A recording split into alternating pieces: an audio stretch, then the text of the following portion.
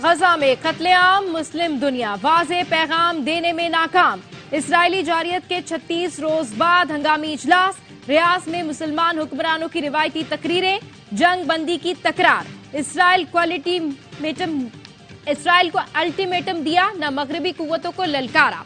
रियाज में ओआईसी और अरब लीग का मुश्तरका हंगामी इजलास, दुनिया को मौसर पैगाम न दे सका।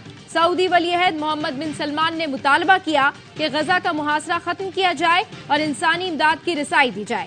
खित्ते में अमन का वाहिद रास्ता कब्जे, मुहासरे और आबादकारी का खात्मा है। फलस्तीनी सदर महमूद अब्बास ने कहा, इसराइल को अपने जंगी जराइम का हिसाब देना होगा। सबसे ज्यादा अफसोस आलमी बरादरी की बेहिसी पर है। गैर मुसल्लह फलस्तीनियों की हिफाजत के लिए आलमी बरादरी किरदार अदा करे। फलस्तीन अथॉरिटी फलस्तीनियों की वाहिद तस्लीम शुदा और कानूनी नुमाइंदा है। ओआईसी के सेक्रेटरी जनरल हुसैन इब्राहिम ताहा का फलस्तीनियों का कत्लेआम बंद करने का मुतालबा। मुस्लिम ताकतों के इजलास में जंग के बाद सिक्योरिटी, गजा के इंतजामी उमूर और फलस्तीनी रियासत के कयाम पर इख्तिलाफात खत्म करने से मुताल्लिक कोई लाहे अमल नहीं दिया गया। सेहोनियों को फलस्तीन की सरजमीन खाली करना पड़ेगी। आज मस्जिद अल-अक्सा के मुहाफिजों की मदद का दिन है। ईरानी सदर इब्राहिम रईसी का रियाज इजलास से खिताब, कहा इस्लामी ममालिक को मुत्तहिद करके सूरत हाल का मुकाबला करना पड़ेगा। इस्लामी मुल्कों को इसराइल का मुकम्मल बायकॉट करना पड़ेगा। मिस्र गजा में इमदाद पहुंचाने के लिए ताउन फराहम करे। तुर्क सदर तैयब उर्दवान ने कहा, गजा पर इसराइली बमबारी पर दुनिया की खामोशी शर्मनाक है। गजा में बच्चों की बिखरी लाशें देखकर दिल खून के आंसू रोता है। फलस्तीन में होने वाले इजरायली मजालिम कभी नहीं भूलेंगे। मस्जिद अक्सा हमारे लिए रेड लाइन है। इजरायली हुकाम के मजालिम का आलमी अदालत में एहतसाब होना चाहिए।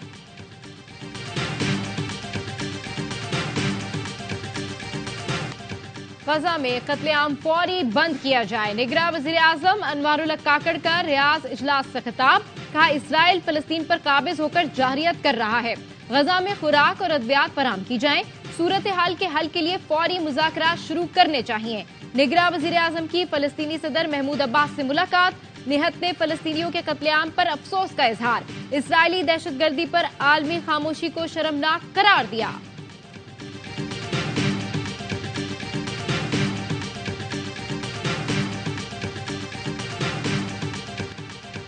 गजा के सबसे बड़े अशफा अस्पताल में ऑक्सीजन खत्म। इंक्यूबेटर में मौजूद 39 बच्चों की जिंदगियों को खतरा।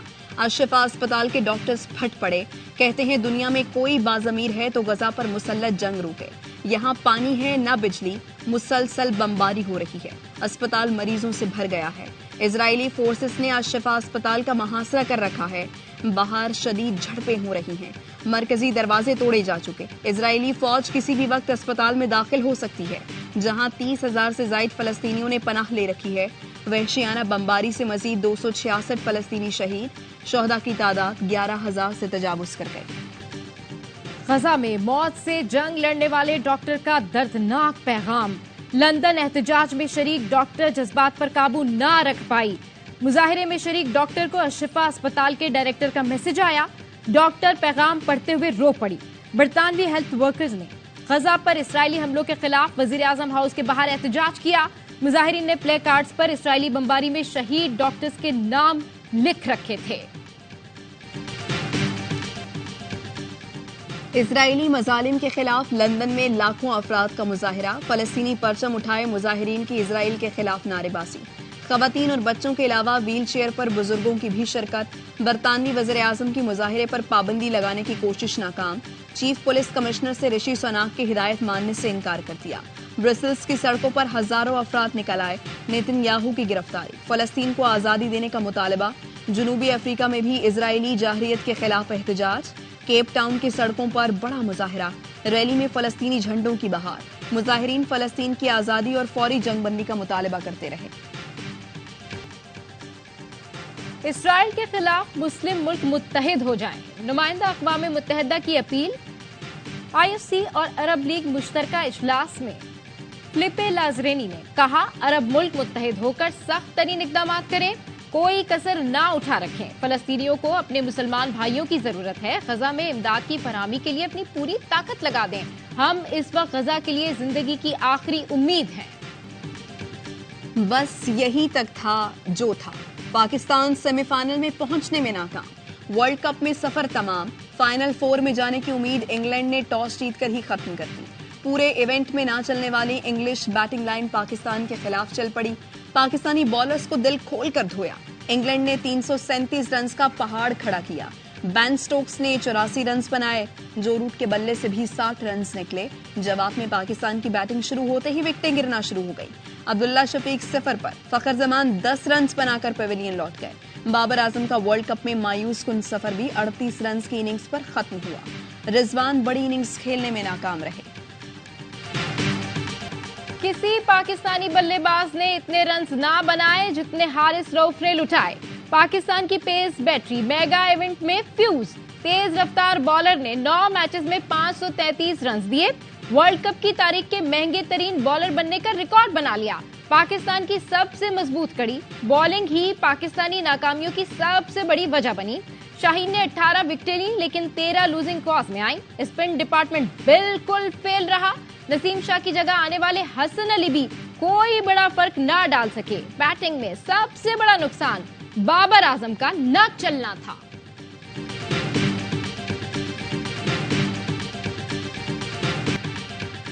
खराब परफॉर्मेंस, रन रेट के मसाइल 4 साल पहले मैनेजमेंट ने नहीं सोचा तो अब क्या सोचेगी? कामरान अकमल की एआईवाई न्यूज की वर्ल्ड कप ट्रांसमिशन में गुफ्तगू। बासित अली ने कहा, हम सिर्फ नंबर 1 बनने में लगे रहे। वर्ल्ड कप की तैयारी 0 थी। अजहर अली बोले, जब तक बैकअप तैयार नहीं करेंगे एक्सपोज होते रहेंगे।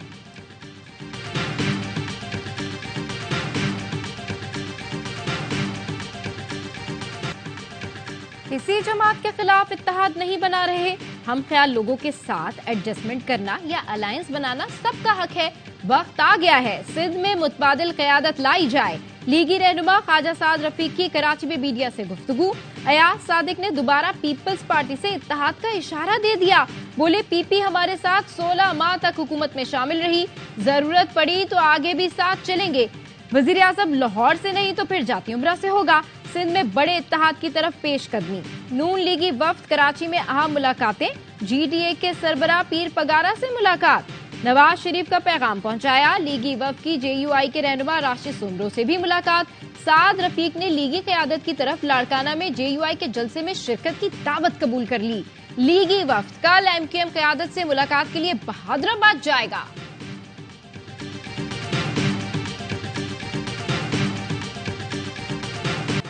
साबिक वफाकी वजीर असद उमर का सियासत छोड़ने का ऐलान। पीटीआई की बुनियादी रुकनियत से भी मुस्ताफी। कहते हैं, रियासती इदारों के साथ तसादुम की पॉलिसी से मुत्तफिक नहीं। ऐसी पॉलिसियां इदारों से शदीद टकराव का बाइस बनती हैं जो मुल्क के मफाद में नहीं है। NH51 की टीम और वोटर्स का शुक्रिया जिन्होंने मुझे 2 बार मुंतखब किया।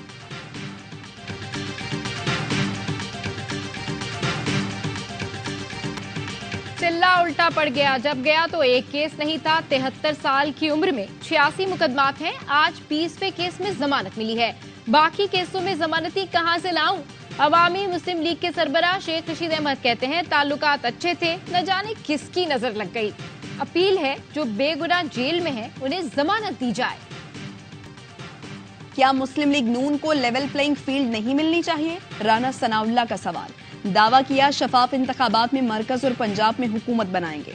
बोले, चेयरमैन पीटीआई को जेल में 5 स्टार सहूलतें मिल रही हैं। जराए ने बताया है जेल में वो चीज भी मिल रही है। कहते हैं बच्चे सियासी नहीं होते। हमारे बच्चों ने जिद शुरू कर दी, चांद मांग रहे हैं। मुस्लिम लीग जिया के सरबराह एजाजुल हक का ट्वीट। लिखते हैं, पहले लेवल प्लेइंग फील्ड, फिर सादा अक्सरियत और अब 2/3 अक्सरियत मांग रहे हैं। दूसरे बच्चे भी शरारत कर रहे हैं, कभी सूबा और कभी सदारत मांग रहे हैं। आखिर में सब इकट्ठे हो जाएंगे और बंदर बाट इसी तरह होगी जैसे 16 माह होती रही। निगरान वज़ीर आला खैबर पख्तूनख्वा आजम खान मुख्तसर अलालत के बाद इंतकाल कर गए। नमाज जनाजा 4 सदा में अदा। सदर आरिफ अलवी और निगरान वज़ीर आज़म अनवारुल हक काकड़ का अफसोस का इजहार।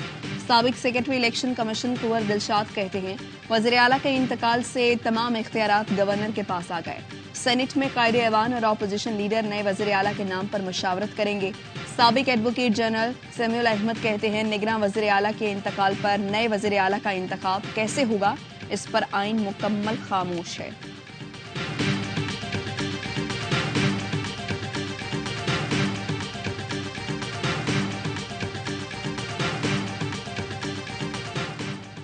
IMF की SIFC के किरदार की तारीफ, एक्ट कमेटी के इकदाम और करेंसी स्मगलिंग के खिलाफ कार्रवाइयों पर इत्मीनान का इजहार किया।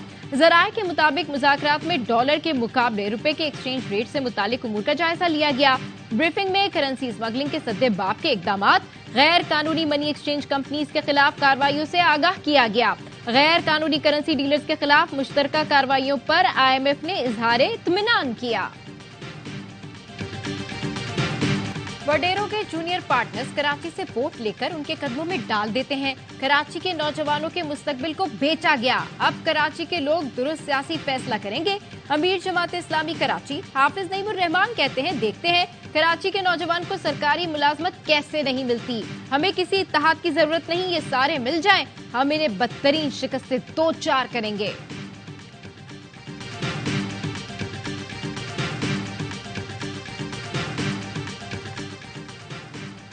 सिंध हाई कोर्ट का कराची की मरकजी सड़कों से 2 दिन में तजावुजात हटाने का हुक्म। जहां ज्यादा तजावुजात होती हैं वहां 2 दिन में पुलिस चौकियां बनाएं। तजावुजात पर मुतालिका इदारों को जीरो टॉलरेंस की पॉलिसी अपनाना होगी। अदालत का हुक्म। अदालत ने तजावुजात कायम होने पर डिप्टी कमिश्नर्स और एंटी इंक्रोचमेंट फोर्स पर बरहमी का इजहार किया।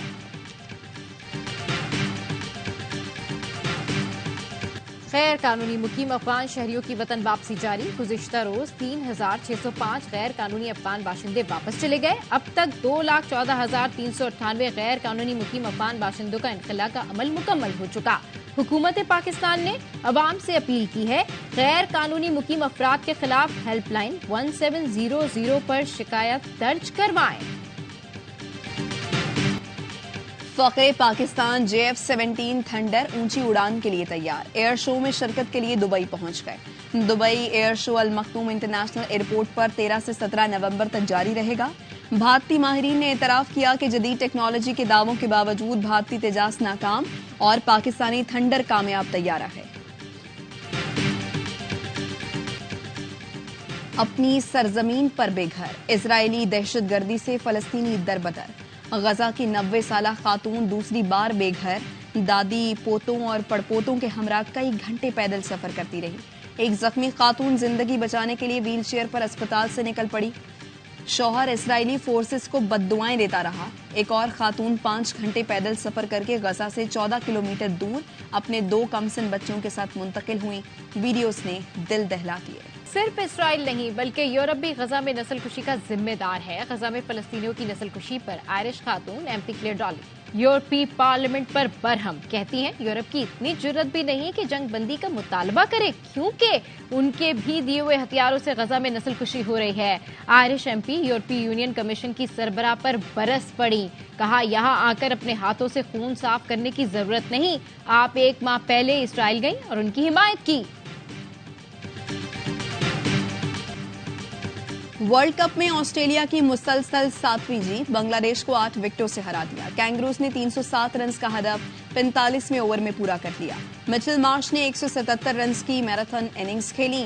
डेविड वार्नर और स्टीवन स्मिथ की निस्फ सेंचुरियां। वर्ल्ड कप में बांग्लादेश का सफर तमाम। ऑस्ट्रेलिया जनूबी अफ्रीका के खिलाफ सेमीफाइनल खेलेगा। मेगा इवेंट के तमाम मैचेस देखिए ए स्पोर्ट्स पर बराह रास्त। पाकिस्तान सुपर लीग के नवे सीजन के लिए खिलाड़ियों की कैटेगरीज का ऐलान। कराची किंग्स के कप्तान इमाद वसीम की प्लैटिनम कैटेगरी बरकरार। तैयब ताहिर की गोल्ड कैटेगरी में तरक्की। कासिम अकरम इमर्जिंग कैटेगरी से गोल्ड कैटेगरी में शामिल। शोएब मलिक और मोहम्मद आमिर डायमंड कैटेगरी के खिलाड़ियों की फहरिस्त में शामिल। मोहम्मद मूसा, आमिर यामीन, शर्जील खान, हैदर अली और मीर हमजा भी गोल्ड कैटेगरी में शामिल। गैर मुल्की खिलाड़ियों की रजिस्ट्रेशन जारी। ड्राफ्ट दिसंबर में होगा। PSL 8 फरवरी से 24 मार्च तक खेली जाएगी।